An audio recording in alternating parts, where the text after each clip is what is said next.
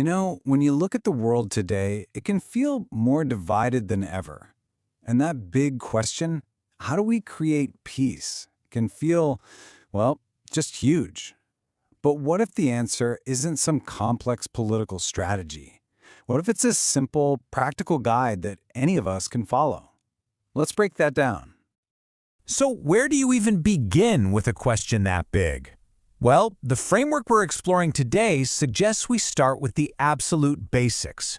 First, we need to define the goal itself. What do we actually mean when we say the word peace? And the definition we're looking at is honestly just beautifully simple. It totally bypasses complex treaties and politics and frames peace as a state of being. It's just no fighting, no anger, calm, happy people. And that's a really powerful idea, isn't it? It feels huge and global, but also deeply personal. Okay, so if peace is personal, where does that journey begin? Well, it doesn't start in some fancy boardroom. It starts with you, with me, with each of us.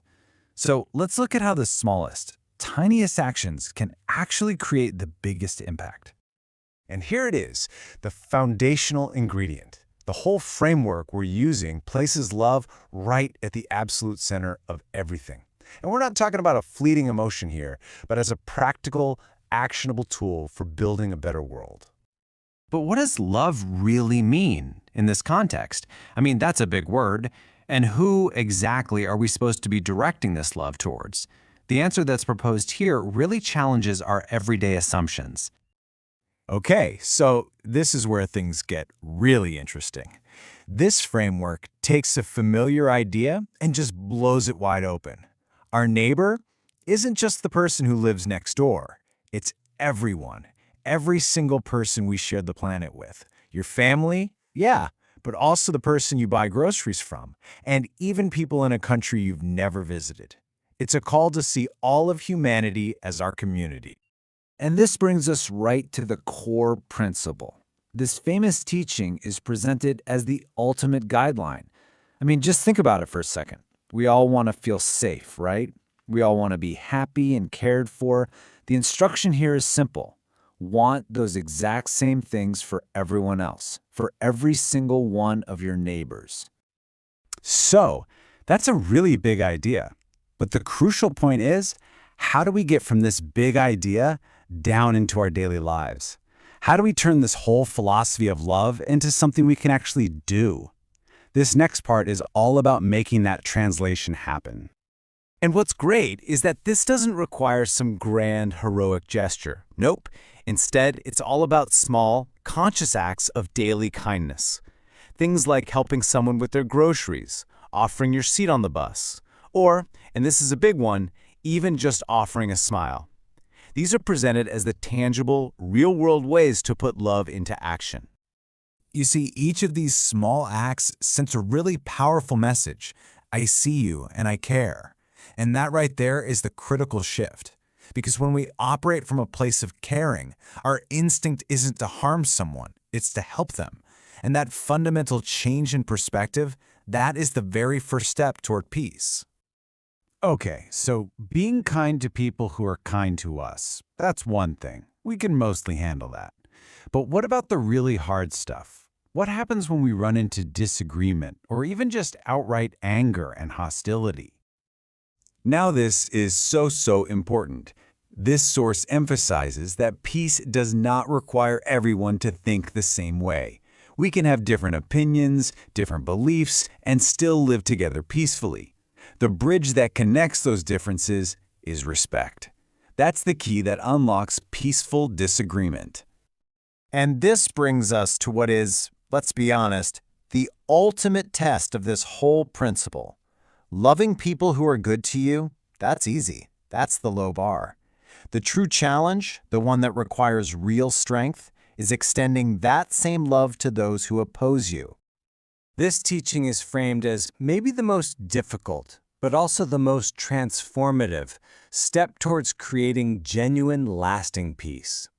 It's all about choosing a higher path, one that doesn't just react to negativity, but actively works to neutralize it.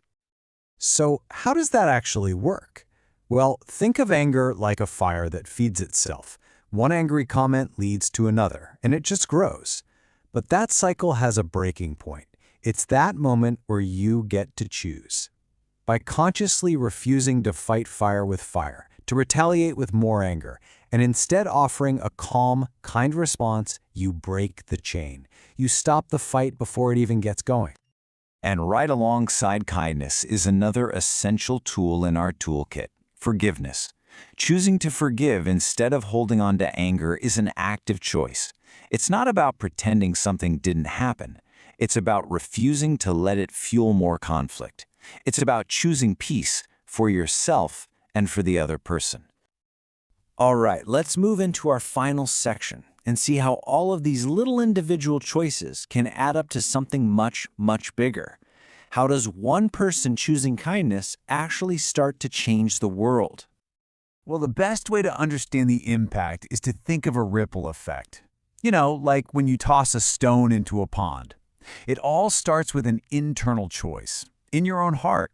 From there, it expands outward, into your home, to your family. Then it spreads into your community through all those small interactions. The idea is that enough of those individual ripples, starting from enough people, can combine to create a powerful wave of change across the globe. And that really is the ultimate takeaway here. We can't just sit back and wait for governments or world leaders to create peace for us. The power is in our hands. Every kind word, every small act of helping, every single smile, it all adds up. The change begins with ordinary people choosing to do extraordinary things in their everyday lives. And so let's end right here with a question that brings this whole big idea right back home to you. It moves it from just a concept to a concrete plan. It could be anything: calling a friend you haven't talked to, helping a neighbor with something small, or just offering a patient word to a stranger. So what is one small ripple you are going to start this week? Welcome to the Deep Dive. We dig through all sorts of sources, science, history, philosophy, you name it, to find those really interesting insights for you. Today, we're looking at something huge, something I think we all crave, especially now. Yeah. Peace. The world feels pretty chaotic sometimes, doesn't it? So how do we find peace? Both, inside ourselves and maybe globally. Our deep dive today focuses on two maybe underestimated tools: love and kindness. Sounds simple, maybe, but the sources we looked at, well, they show there's a lot more to it. Absolutely. It's a big topic, but what's fascinating is how different perspectives, different sources kind of converge on this. We've been digging into how these ideas show up everywhere. And yeah, the consistent thing is small steps matter a lot. We're aiming to pull out some real practical stuff here, not just nice ideas, but things you can actually use. Think of it as understanding how peace works. Okay, let's unpack that then. Peace. Yeah. What does that word even bring to mind for most people? Maybe quiet, calm, or just, no fighting. Is that it? Or is there more to it according to what we've found? Well, yeah, that's often the starting point. No fighting, no anger, happy people. That's the surface level. But the sources we reviewed, they definitely go deeper. It's not just about negative peace, like stopping the bad stuff. It's also about positive peace, the presence of, good things, justice, fairness, well-being, calmness inside maybe, freedom from anger. And the common thread, the real foundation that kept popping up across philosophical texts, psychological studies, even spiritual teachings, it's love. Love, okay. Not just a feeling, you said, more like commitment. Exactly, an active commitment. And that immediately brings up the question, right? Love for whom? Yeah, who are we talking about loving? Right. Is it just the people we like, our friends, our family? Yeah. The sources challenge that, don't they? They push the definition of neighbor. They really do. It gets interesting here. Neighbor isn't just the person living next door anymore. Not in this context. It expands massively. It's your family, yes. Your friends, sure. But also people at the market, people you work with, strangers on the street, everyone in your city, your country, the whole world, actually. One source literally talks about seeing everyone as part of one big human family. One big family. Yeah. And if you see it that way, then the call is to be kind, to be helpful to everyone in that family. Think about that for a second. Viewing everyone you meet as part of this huge family. It changes things, doesn't it? It totally reframes how you'd interact with people. Okay, so if love is the foundation and the family is everyone, how do we show that love? Abstract concepts are one thing, but actions. The sources gave concrete examples. Right? Little Yeah, things. definitely. And they're very everyday things, relatable stuff. Like you see someone struggling with heavy bags. The example given is just asking, "Can I help you?" Simple as that, offering to carry something. Okay, yeah. I can picture that. Or seeing an older person maybe needing help crossing a busy street, taking a moment to help them across. Another one was giving up your seat on a crowded bus or train for someone who needs it more, maybe someone elderly or pregnant. Small things. They seem small, yeah. Almost trivial sometimes. But you're saying they matter. How do these tiny acts connect to something as big as peace? Right, that's the key connection. The sources, especially from social psychology, suggest these aren't just nice gestures. They build something. They show we care. And if you genuinely care about someone, even a stranger you just helped, it makes it much harder to want to hurt them, right? It builds a little bridge. Ah, I see.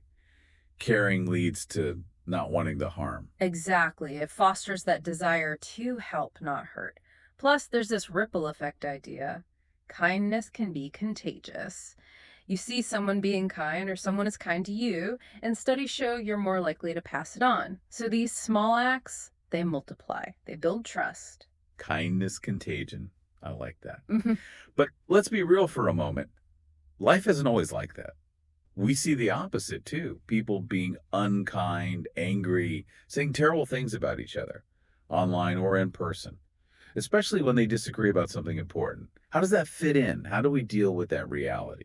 That's a crucial point, and the sources don't shy away from it. It raises that tough question. How do you maintain peace when there's disagreement, when people think very differently? And the answer that comes through strongly is respect. Respect for different ideas, even if you fundamentally disagree. Respect, even when you think the other person is completely wrong. Yes. It's about acknowledging their right to have that idea, trying to understand why they might think that way, even if you don't agree with the what. The sources emphasize it's okay to have different ideas and still be friends, or at least coexist peacefully. It's not about everyone thinking the same. Okay, so it's about managing the difference respectfully, not eliminating it. And the idea is to, what? Be the example. Pretty much. Focus on the good you can do. Be the good yourself. Act with peace and love rather than just reacting to the anger or negativity you encounter. That sounds like a really high bar sometimes. It is. It definitely is. But it ties into some very old, very deep wisdom that also appeared in our sources. You mean the teaching about loving God and loving your neighbor as yourself? Exactly that one. Attributed to Jesus.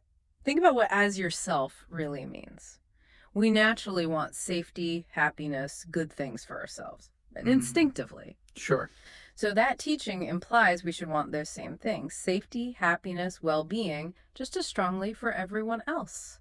Imagine if everyone actually did that, cared for others as much as themselves. One source even described the world becoming like a paradise. A world where everyone genuinely wants the best for everyone else. Yeah. Yeah, that would be incredible. But then there's an even harder part mentioned, isn't there? Loving your enemies. That's the one that really makes you stop and think, wow, love people who might hate you or who have hurt you. How is that even possible? And why? Why is that taught? Well, the sources explain the why. Loving people who love you back, that's easy, expected even. But loving enemies, that's presented as the truest form of this love. Because it requires forgiveness. It breaks the cycle of revenge, of anger, feeding anger. Breaking the cycle. So it's not necessarily about feeling warm and fuzzy towards them. Maybe not. It's more about your response.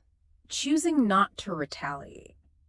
Choosing kindness, or at least calm, even when faced with hostility. Think about historical figures who practiced nonviolence. They didn't necessarily like their oppressors, but they chose a different path than hatred. So if someone's shouting at you instead of shouting back, you stay calm, maybe even smile. That sounds incredibly difficult. It takes immense strength, no doubt. But the idea is that your calm response can actually de-escalate things. It stops the anger from bouncing back and forth and getting bigger. It's a strategic choice for peace. Okay, strategic kindness, I get that. But like we said, we're human. We mess up, we get angry, we forget to be kind. Perfection isn't realistic. No, absolutely not. And the sources acknowledge that. It's not about being perfect saints. It's about the daily choice, the intention. The sources even suggested these simple daily goals, almost like affirmations. Today I will be kind. Today I will help someone. Today I won't get angry with someone just because they're different. Just setting that intention each day. Exactly. Yeah. And how does that scale up? It goes back to that ripple effect. Peace starts inside, in your own heart with that choice. Then it spreads to your home, being patient with family. Then your neighborhood, smiling, saying hello. Small things, but they radiate outwards. Like a light. Yeah, one source used that analogy, a little light.